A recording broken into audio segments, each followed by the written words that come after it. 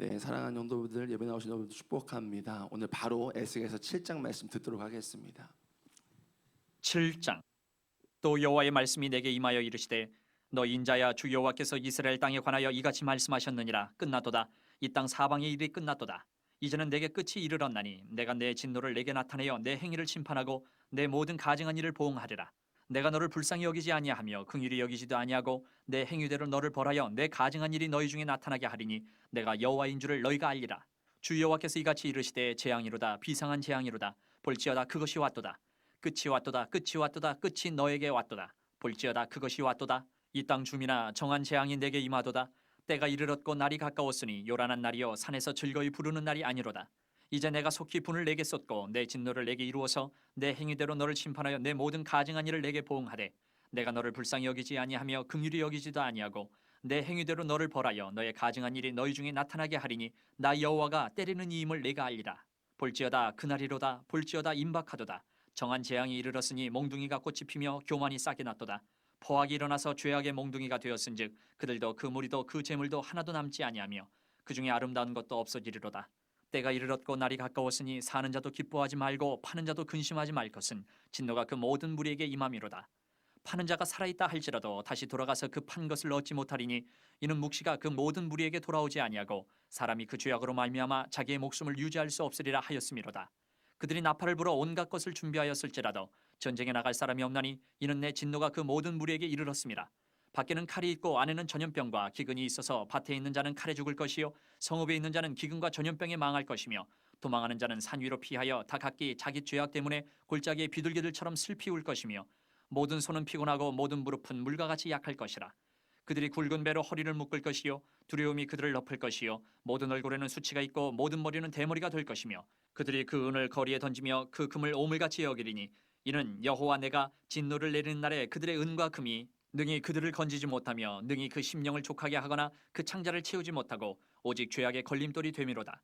그들이 그 화려한 장식으로 말미암아 교만을 품었고 또 그것으로 가증한 우상과 미운 물건을 만들었은즉 내가 그것을 그들에게 오물이 되게 하여 타국인의 손에 넘겨 노력하게 하며 세상 악인에게 넘겨 그들이 약탈하여 더럽히게 하고 내가 또 내 얼굴을 그들에게서 돌이키리니 그들이 내 은밀한 처소를 더럽히고 포악한 자도 거기 들어와서 더럽히리라.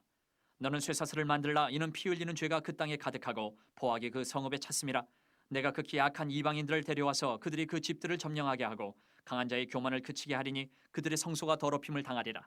패망이 이르리니 그들이 평강을 구하여도 없을 것이라. 환난에 환난이 더하고 소문에 소문이 더할 때에 그들이 선지자에게서 묵시를 구하나 헛될 것이며 제사장에게는 율법이 없어질 것이요 장로에게는 책략이 없어질 것이며 왕은 애통하고 고관은 놀람을 옷 입듯 하며 주민의 손은 떨리리라. 내가 그 행위대로 그들에게 갚고 그 죄악대로 그들을 심판하리니 내가 여호와인 줄을 그들이 알리라. 아멘. 주님 말씀입니다. 오늘 에스겔서 7장 말씀은 이제 우리가 에스겔서를 계속 보고 있는데요. 그 에스겔이 이제 선지자로 부르심을 받고 이제 에스겔의 특징이라고 말한다고 한다면 여러 가지 행위들이죠. 그리고 환상이라고 할 수 있습니다. 그리고 하나님의 음성을 듣으면서 하나님의 뜻을 에스겔을 통해서 보여주고 계신다고 할 수 있겠습니다. 우리 지난 6장에서 우상 숭배에 대한 말씀을 어제 나누고 이제 심판의 말씀을 하신 후에 오늘 7장에서 이제 그 우상 숭배에 대한 심판의 끝이 올 것이다라는 것, 이스라엘의 끝이 왔다라는 것을 정말 절망적인 소식인 것이죠. 이 끝과 함께 그 이스라엘이 지은 죄에 대한 심판이 구체적으로 말하고 있는 것이 오늘 본문의 내용입니다. 오늘 1장부터 13절까지 이스라엘의 땅에 심판의 날이 끝이 올 거다. 이 땅에 멸망이 올 거다라는 것을 말씀하시고 14절부터 27절 끝나는 말씀까지는요, 이스라엘이 받게 될 구체적인 심판에 대해서, 벌에 대해서 구체적으로 설명을 하십니다. 14절부터 27절까지 해서 이스라엘이 받게 될 벌에 대해서 좀 더 구체적으로 다양하게 예언을 하고 계시는데, 이스라엘의 멸망이 얼마나 치욕적이고 또 처절한 슬픔을 가져다 주는지에 대해서 구체적으로 이렇게 명시를 하고 계세요. 우리가 자세한 것은 오늘 말씀에 나가는 매일 말씀 기도를 참조하시면 좋겠고요.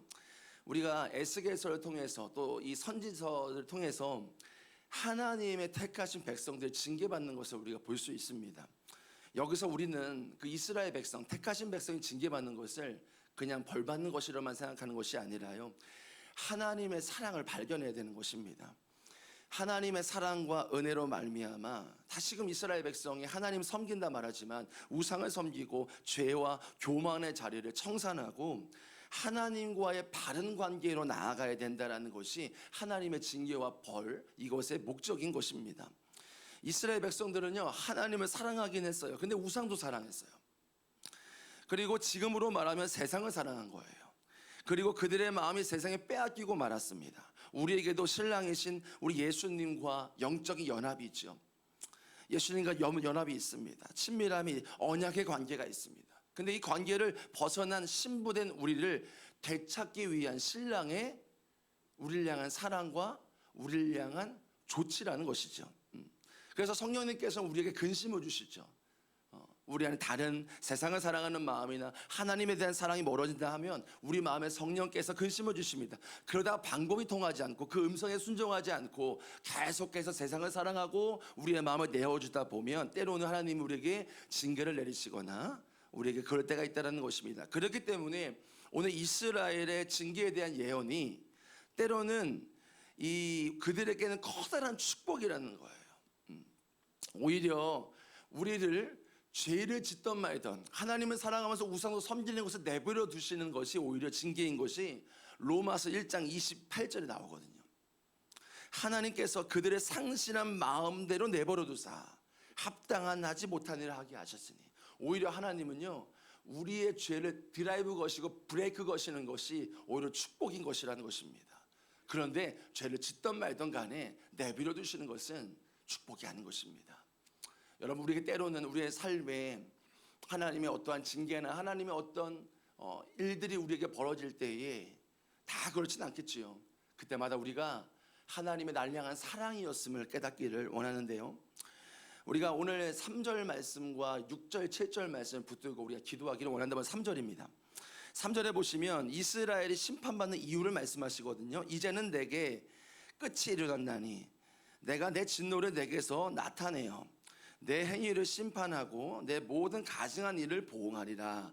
여기서 가증한 일이라는 것은요, 이 가증한 일이라 이들이 심판받는 이유가 가증한 일 때문이라고 하는 것입니다. 이것을 원문으로 보면요, 가증한 일, 구역질나는 일이라는 거예요. 구역질나는 일. 또 이것을 우상 숭배라고도 연관을 해요. 관련시킵니다. 그러니까 가증한 일은 우상 숭배고요, 역겨운 일, 구역질나는 일이라는 거예요. 자, 그들이 우상 숭배를 하는 거, 하나님도 믿지만 우상 숭배하고 세상을 섬기고 세상을 사랑하는 것은요, 하나님 입장에서는 헛구역질나고 구역질나는 일이었다라는 거예요. 하나님 입장에서는 나도 믿고 이 세상도 믿는 건, 이 세상도 사랑하는 건 하나님 입장에서는요, 구역질날 정도로 혐오스러운 일이라는 것을 말하는 것입니다. 우상 숭배는 어떤 죄악보다도 이렇게 하나님을 혐오하게 만드는, 하나님이 미워하시는 죄악인 것입니다. 구약에서 이스라엘 백성이 받는 심판의 벌의 징계의 10중 8구는요 우상 숭배와 관련되어 있습니다. 그리고 오늘 이스라엘의 역사적인 끝이죠. 이 남유다가 멸망케 되어지는 그들이 종말을 맞이하는 이유도 다름 아닌 무엇이었습니까? 우상 숭배였다라고 오늘 말씀하고 있는 것입니다. 실제로 구약 시대의 우상 숭배는 심각했습니다. 심지어 자신들의 자식들조차도 인신제사를 바쳐요. 몰록에 바쳐요. 그렇게 바치기도 했습니다. 사사시대 때 사사 입다도 전쟁에서 이기고 돌아오면 가장 먼저 나온 사람을 제물로 바치겠다고 본문 나오거든요. 사사기예요. 이미 이스라엘 백성들의 이런 문화들이, 세상의 문화들이 있었던 것이죠. 그러니까 당시 구약의 우상 숭배가 극에 달할 때는요, 우상을 성전 안에다 갖다 놨다는 거잖아요. 여러분 생각을 해보십시오. 이 예배당 안에 불상이 같이 있는 겁니다. 지금으로 말하면요, 이 옆에 십자가 앞에 불상도 있는 것입니다. 하나님이 계셔야 될 성전, 그들의 삶의 중심이었거든. 성전이요, 그들의 우상을 가져다 놓음으로 하나님의 심판을 피할 수가 없었던 것입니다. 여러분, 우리의 마음을 성경에서는 성전이라고 말하죠.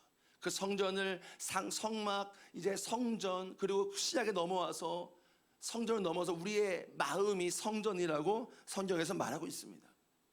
그것은 우리의 삶의 중심이 우리 마음의 예수 그리스도가 중심이다라고 고백하는 거예요.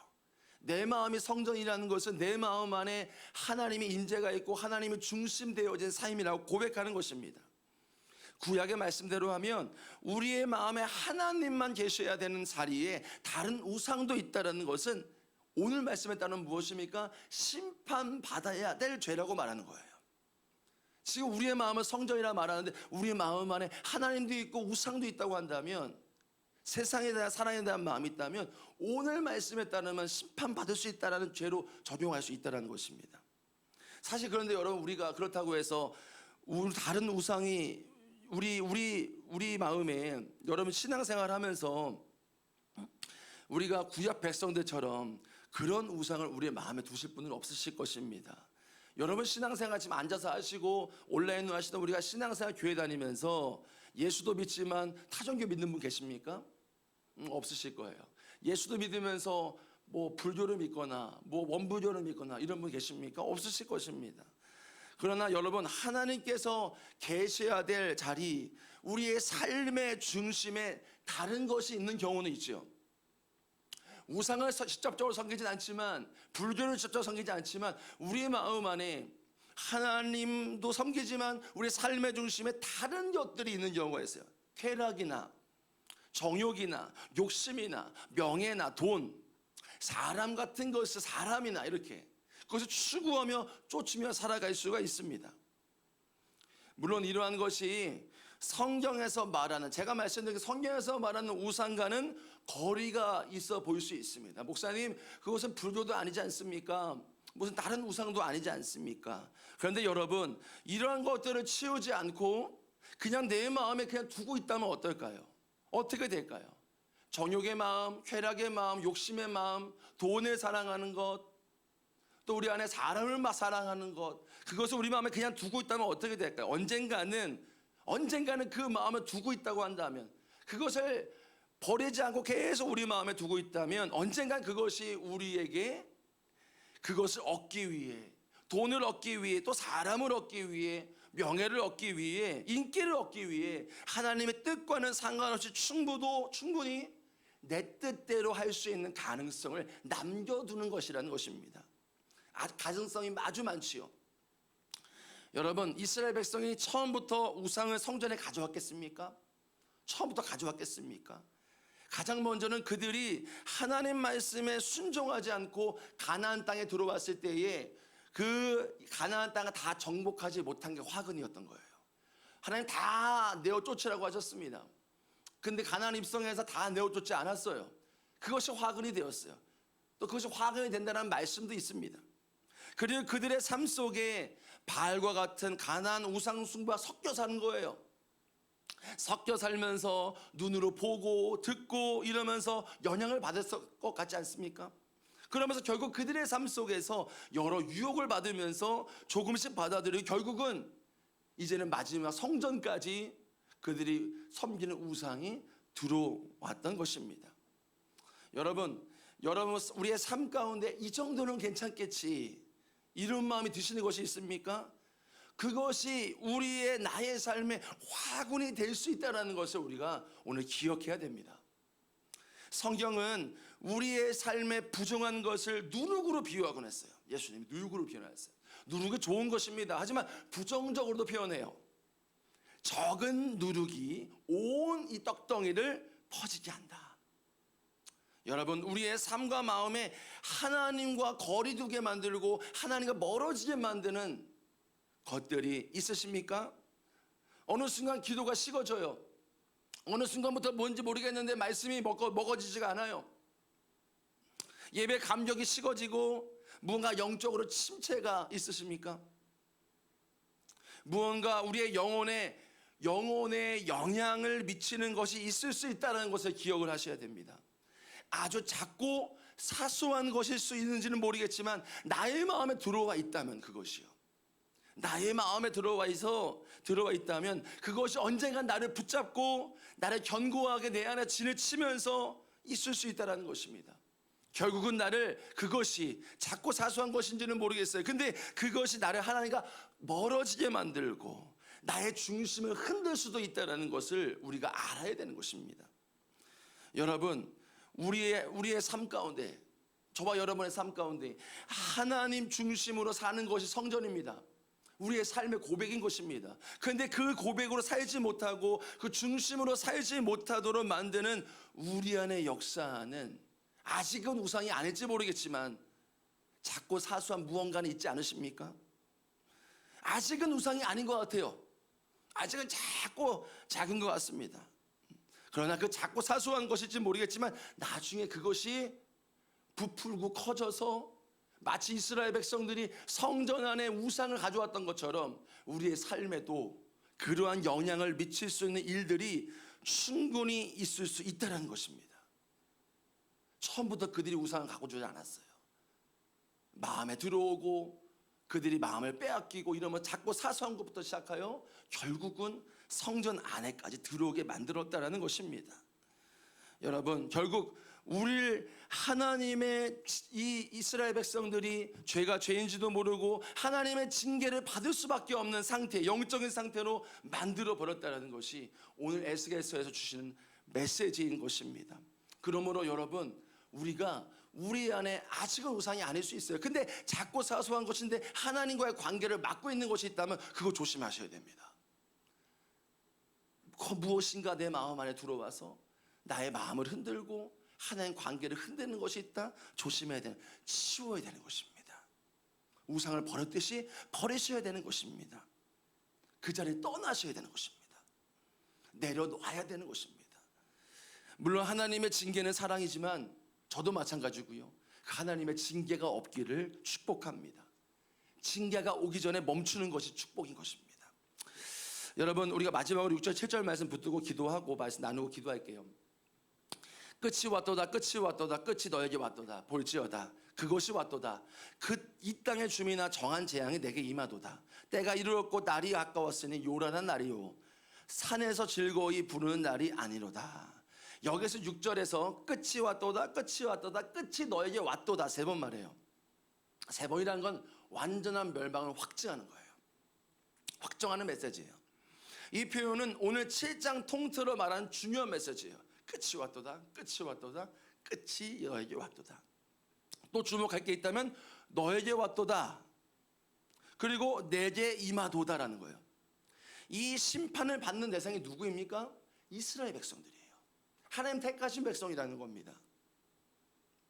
이것은 이스라엘 백성들에게 가지고 있었던 안이한 마음들, 그리고 그릇된 생각들, 그것을 깨트리는 말씀이기도 합니다. 이스라엘 백성들의 선민의식이 있었어요.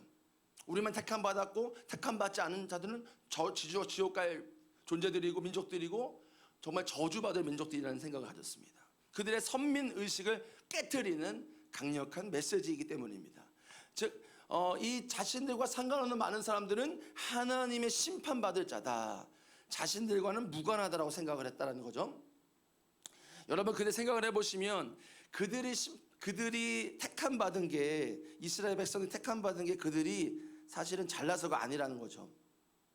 그들이 뭔가 특별하고 뭔가 대단해서 그들이 택함을 받은 것이 아닙니다.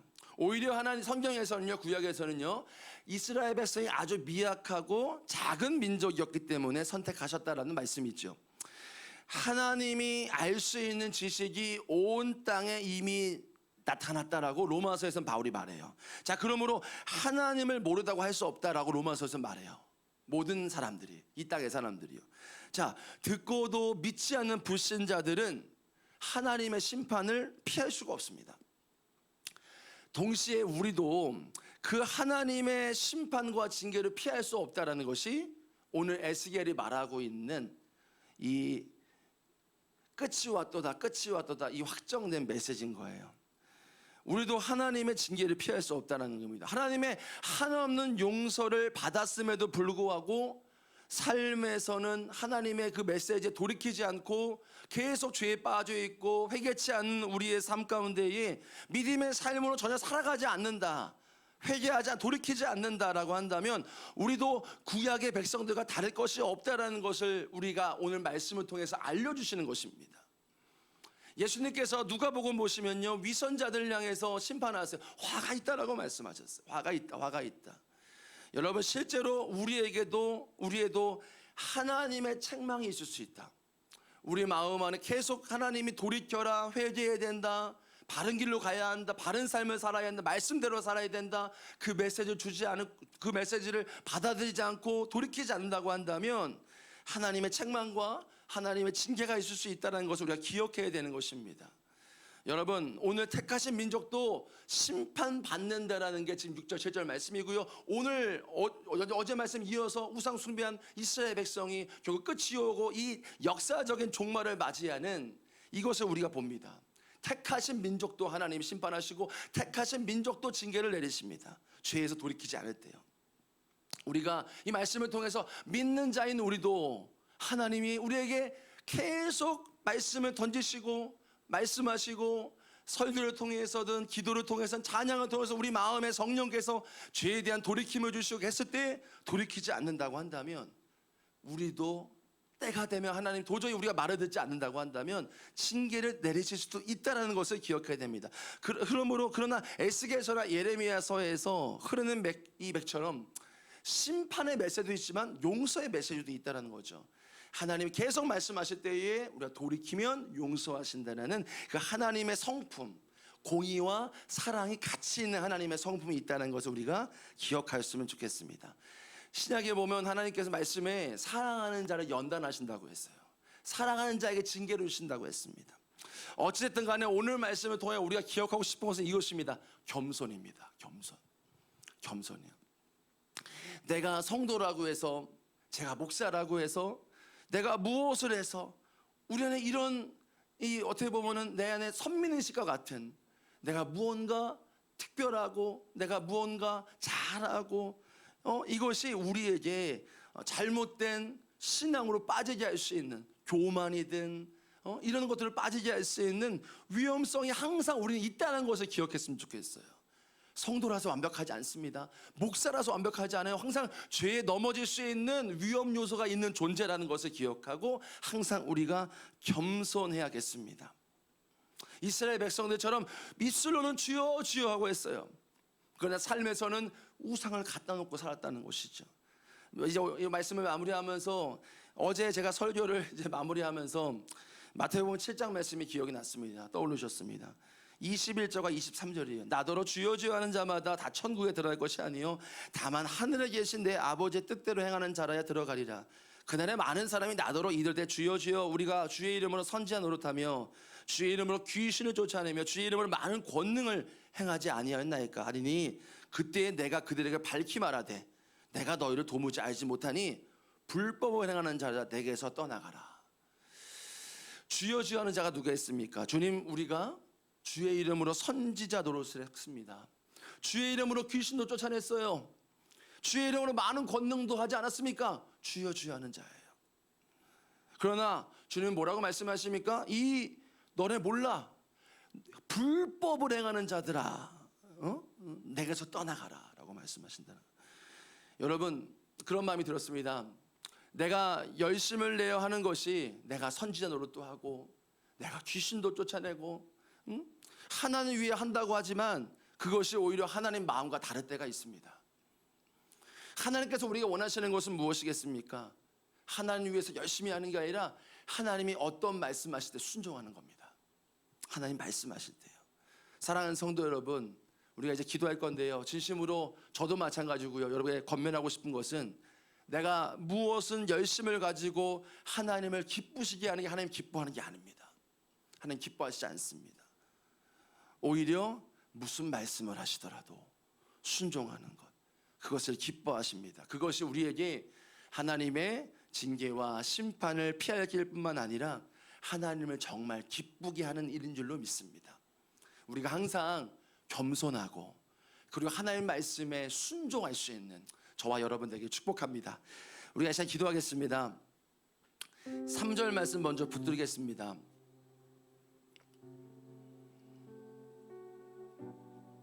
이제는 내게 끝이 이르렀나니 내가 내 진노를 내게 나타내어 내 행위를 심판하고 내 모든 가증한 일을 보응하리라.